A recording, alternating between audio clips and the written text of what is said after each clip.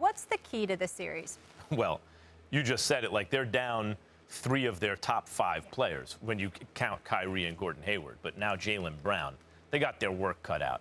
And I'll leave some of the other matchup stuff to Stephen A. But let me just say, Al Horford has to play out of his mind for Boston. I mean, I assume we're talking about what does Boston have to do against Philadelphia, because they are outmanned right now. Yeah. Philadelphia has 2 special players in Embiid and Simmons. You know, when I say 4-star, 5-star, and Oladipo and DeRozan and these guys, those are 4-star players.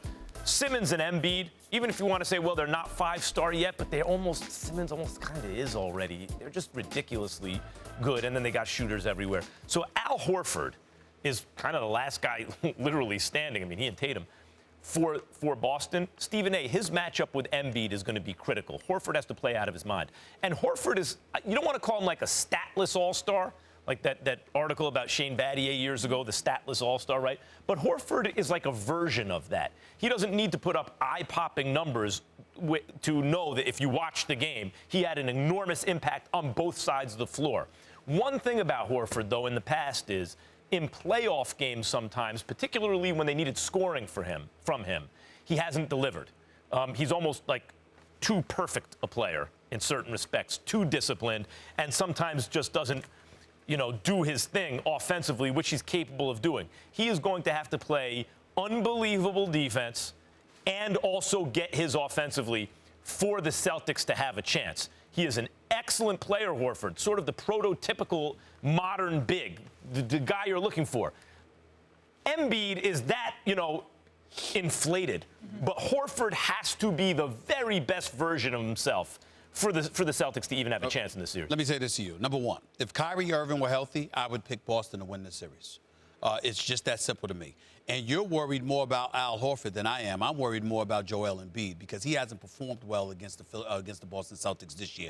That's a problem. Keep in mind this big thing. As big time as Joel Embiid is as a talent, Al Horford runs the floor.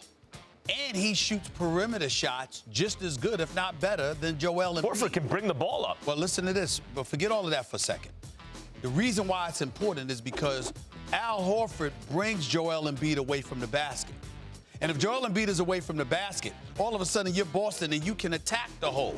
Unlike if you were going up against one of, Hassan Whiteside, for example, you get to languish in the paint.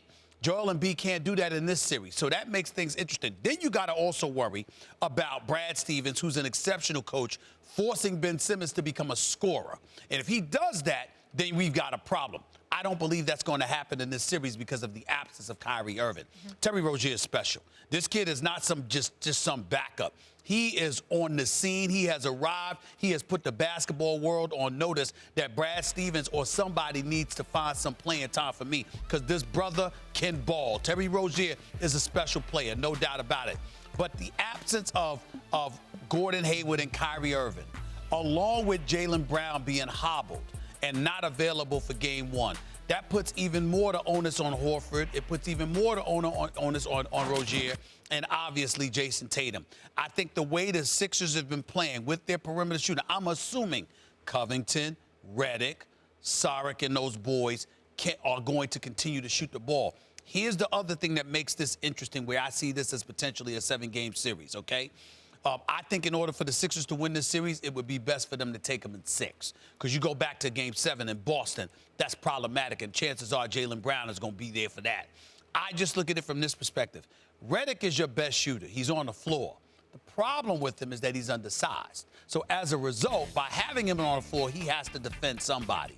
And because he has to defend somebody, okay, that's obviously a matchup you can exploit if you're Boston. If you're Rozier or somebody like that, you can go right at J.J. Redick. Not to say he can't play defense, but he's undersized. And I look at it from that perspective where Saric, Covington, Ilyasova and these boys, they not only can shoot, they've got good size on them. But Ben Simmons is going to be the key. He has to continue to play his game. He can't allow Brad Stevens to force him to be a scorer in order to win. Because if that happens, Boston will win this series. I'm picking the Sixers, but it's a tight one, pick-em kind of series. I'm going to say they got a better shot at winning this in 6 than in 7, and that's where I'm going to go with it for now.